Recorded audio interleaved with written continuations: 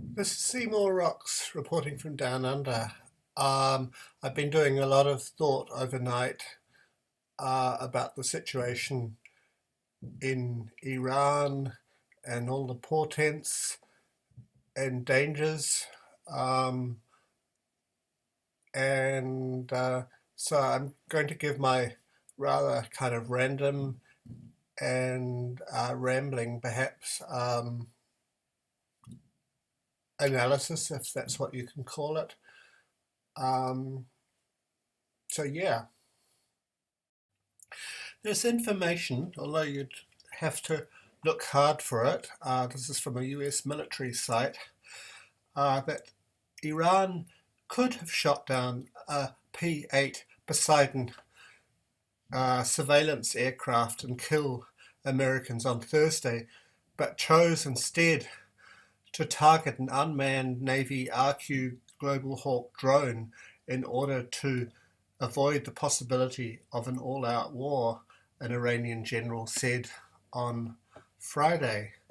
Um, but I came across some interesting information yesterday. In fact, it was pointed out to me. Is this?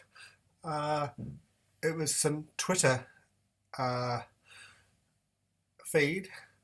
The P8 surveillance aircraft was full of 35 crew, and it did indeed um, fly it across into Iranian airspace. In fact, if you look at the map, what there's no international waters. There's Omani waters, about 12 miles, and Iranian waters, 12 miles. So the Iranians, when it flew into their airspace, they gave a warning that wasn't heeded. So the Iranians flew down the drone instead. So the question is, why, when you have the most sensitive spy drone already active, why would you need a second manned flight as well? So the speculation is that Bolton and others might have hoped that the Iranians would shoot down the plane with the 35 crew to provide the context for war.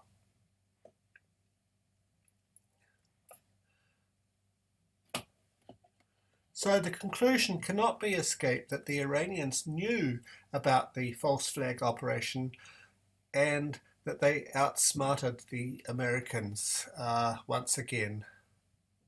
So here goes some comments here. Of course, Trump was in the know about this false flag. That's why his statements afterwards have been the most chaotic, frequently changing his stories and comments. And this is the main reason why he did not order an airstrike. But how did Iran know? Iran, he goes on to say, has hundreds of spies operating inside the UAE, Qatar, Iraq, and Kuwait with access to US military facilities. Iran also possesses advanced thermal imaging radars. This was a false flag operation, but Iran once again outsmarted the Americans, who are looking like fools, especially Trump.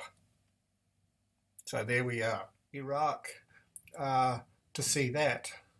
And that's, you can go back to the video where Madeleine Albright was asked whether it was all worthwhile, and she said, on the balance of things, the lives of thousands of Iraqi children was indeed worthwhile. So Iran can't just afford to live with the sanctions, but its own very survival as a state depends on a response. Iran has seen and knows what sanctions can do over time, and it recognizes that it has to fight against them early and by all possible means. So Iran will fight this war against its economic strangulation as best it can. So the United States outspends Iran on military issues by a factor of more than 100 to 1. So Iran cannot attack the United States. It has to fight this war by asymmetric means. And it does have these means. A third of the global oil production must flow through the Strait of Hormuz to reach its customers. Iran can easily hold the global economy at risk. It can close the straits or impede traffic through it. It can sabotage or destroy the oil production capabilities of the hostile Arab producers nearby. And Pepe Escobar's done an excellent article on this, and I'll leave a link to that below. So shutting down the Straits of Hormuz would destroy the American economy by detonating the 1.2 quadrillion derivatives market, and that would collapse the world banking system, crushing the world's $80 trillion GDP and causing an unprecedented depression.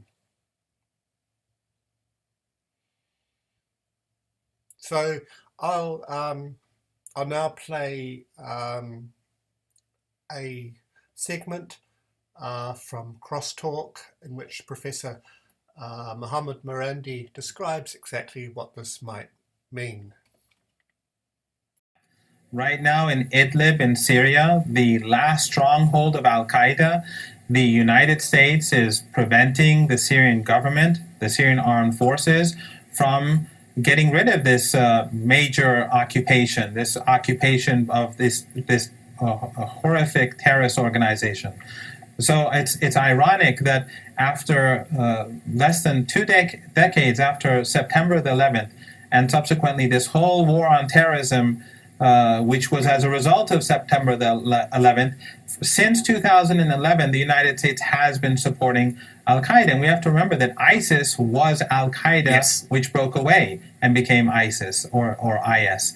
So, but in addition to that, I'd like to point out that the downing of the drone, which was a very sophisticated and expensive drone with stealth technology by the Iranians, show that the United States is really misleading itself if it thinks that it can engage in conflict with Iran without major consequences. And it is interesting that this drone was downed by an Iranian-made surface-to-air missile called the Khordad-3 missile. So I think this is important for Americans and Europeans to recognize that if there is military conflict in this region, the Iranians will strike back disproportionately, even if it's a small attack, and they will be relentless because they know that they have to make sure that Americans understand that war is not an option. And if there is a major conflict between the two sides, there is no doubt that the whole of the Persian Gulf will be on fire. Yep. There will be no oil and gas exported from the Persian Gulf anymore. And the United States will be driven out of the region. And millions of people from the Arabian Peninsula will be on the move towards Europe. The global economy will collapse. And so the Saudi regime and the Emirati regime will not last very long. So there are huge implications, and it is very important for Europeans and Americans to push back against the more foolish elements in the political order, whether in the United States or in countries like Britain or Saudi Arabia or the Emirates or Israel.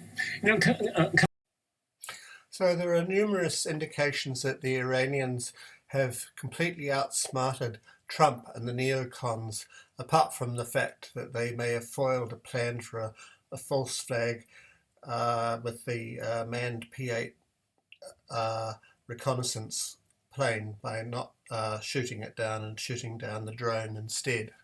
So just a couple of indications. I'm just going to read some quotes. The first one: according to well-informed sources, Iran rejected a proposal by US intelligence made via a third party that Trump be allowed to bomb 1, 2, or 3 clear objectives to be chosen by Iran so that both countries would appear to come out as winners and Trump could save face. This was intended to make everyone happy by saving face for all concerned. But clearly Tehran doesn't exactly go along with Trump's art of the deal.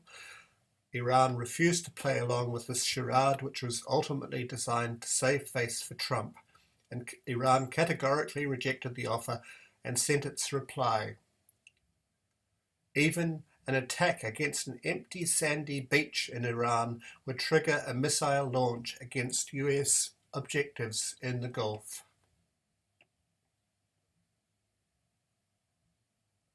So one interpretation is, meanwhile, Iran was reassured by this offer that the US has no intention of going to war and is trying to find a way out of its quandary.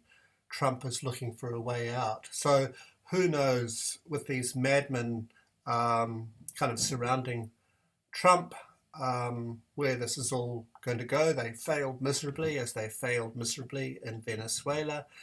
How are they going to respond? So in the meantime, how are the Iranians going to respond? As I've pointed out, they're outgunned 100 to 1, so they have to use asymmetric means as well as their own wits. So there are some indications of how they're doing this. Moreover, Iran has established a joint operations room to inform all its allies in Lebanon, Syria, Iraq, Yemen, and Afghanistan of every step it is adopting in confronting the US in case of all-out war in the Middle East. Iran's allies have increased their level of readiness and alert to the highest level. They will participate in the war from the moment it begins, if necessary. So according to sources, Iran's allies will not hesitate to open fire against an already agreed on bank of objectives in a perfectly organized, orchestrated, synchronized, and graduated response, anticipating a war that may last many months. So put simply, Hezbollah will launch tens of thousands of missiles against Israel. And meanwhile, according to one article, Iranian diplomacy discreetly has already informed the EU and the Swiss about their ability to crash the entire world economy. But still, that's not enough to remove US sanctions because the Americans have not left them any room to back out. There's no plan B. And their usual response to these things is just to double down.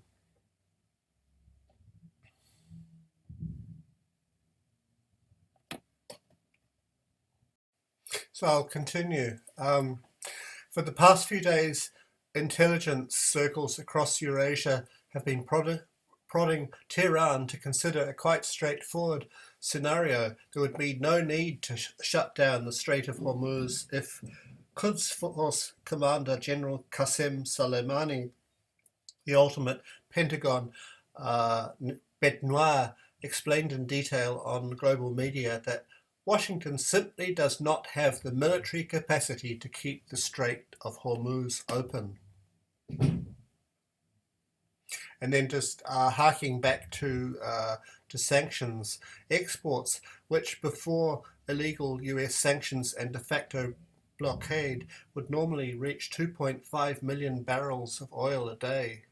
And now there are indications that these may now be down to only 400,000. So Iran is backed into a corner. Brigadier Salami stressed that Iran's ballistic missiles are capable of hitting carriers in the sea with pinpoint precision, and the fact that they've shot down a high-flying drone seems to indicate that they're not bluffing. The whole northern border of the Persian Gulf on Iranian territory is lined up with anti-ship missiles. And this has been coming from Pepe Escobar, and he's confirmed this with Revolutionary Guards related sources. So, under what circumstances might Iran move to do these things that we're describing? So, according to Pepe Escobar, it could be a false flag, or it could be because the Iranian government feels that it's going to be attacked and then sinks a cargo ship or two. The final result, any blocking of the energy flow will lead the price of oil to reach $200 a barrel, $500, or even, according to some Goldman Sachs projections, 1,000.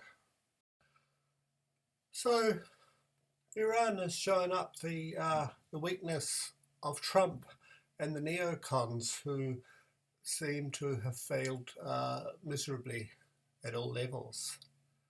So how can Trump respond to this? So, as I've already pointed out, Iran is offering only two choices to the US president. Trump can either lift the sanctions on Iran or wage a war by military means against it and bear the consequence. He has no other choice. Trump is offering talks and negotiations, but Iran will not yet again fall into that trap. The US has shown itself, as the Russians say, non-agreement capable. Trump wants to see Iran suffer from the severe US sanctions for the duration of his presidential campaign. The status quo is congenial to Trump, but catastrophic for Iran. So this is why Iran refused to go along with a scenario that would make Trump look like a winner by bombing locations in Iran, claiming that he had destroyed the exact locations from which the missile was fired against his drones. And Trump, of course, has one eye on the 2020 elections, even if it's not on the future of the human race. So if there's war, I'm sure he sees this, that his chances of re-election will be reduced to zero, and never mind the rest of us. So Trump wants to win the war of appearances, but is facing an Iranian regime that is as unaccommodating to him as he has been to Iran. Trump seems to be oblivious. He seems to be oblivious of many things, but he's oblivious of the fact that economic embargo is an act of war. So by unilaterally blocking the export of Iranian oil and so crippling Iran's economy, Trump has already declared war on Iran without airstrikes or anything else. It's Trump's desire to avoid war that makes him susceptible to Iranian pressure. Iran will be in an even more critical, will be in an even more critical position domestically if Iranians target Middle Eastern oil. He can kiss his 2020 re-election goodbye. Iran is serious and will definitely not stop in its plans to halt all tanker navigation if its own oil cannot be exported, and if the Americans hit Iran, then well, everything's off the table.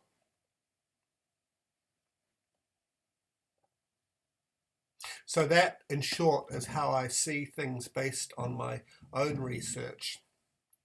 Iran has been successful at repelling American attempts to coax it into war, but the American entity is hardly likely to back down and just about always doubles down on its own disastrous course.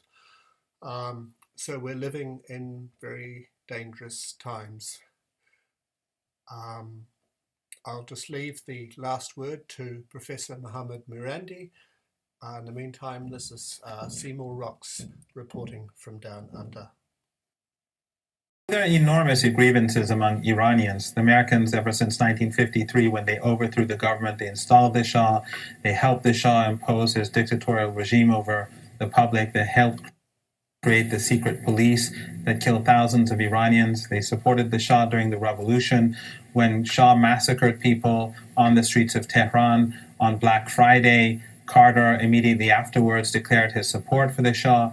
After the revolution, the Americans tried to undermine it. They supported Saddam Hussein, gave him chemical weapons. I personally survived 2 of those chemical attacks. And then, of course, the sanctions, which have been brutal and directed towards ordinary people. So Iranians have a deep dislike, and especially someone like Trump, who is more crude. I mean, he's not really all that different from previous American presidents, but he's more crude. But I think the difference between now and in the past is that Iran is much more militarily advanced, as we've seen in the recent downing of the drone. Iran's position in the region is Iran has a commanding position. Its allies across the region are very powerful in Iraq, in Yemen, in Syria, in Lebanon, in Afghanistan, and Iran's antagonists are increasingly weak. And the weakest link here is, of course, the United Arab Emirates and Saudi Arabia. And the Iranians will not tolerate this economic warfare to continue. And since these 2 regimes are a part of this economic warfare, I think that Iran will put increasing pressure on these 2 regimes. But in addition to Iran's strengthened regional position and its unity at home, thanks to Trump, because Iranians see the Trump as an aggressor, and the different political parties are more united today. But also there's a greater convergence among major powers like Russia and China with Iran. And therefore the United States has basically aligned all these different forces, both globally and regionally, with one another, making things much more Let me jump in here. Let me give Kamal the United States and its allied regimes. Let me give Kamal the last 30 seconds of the program. Go ahead, jump in Beirut. Well,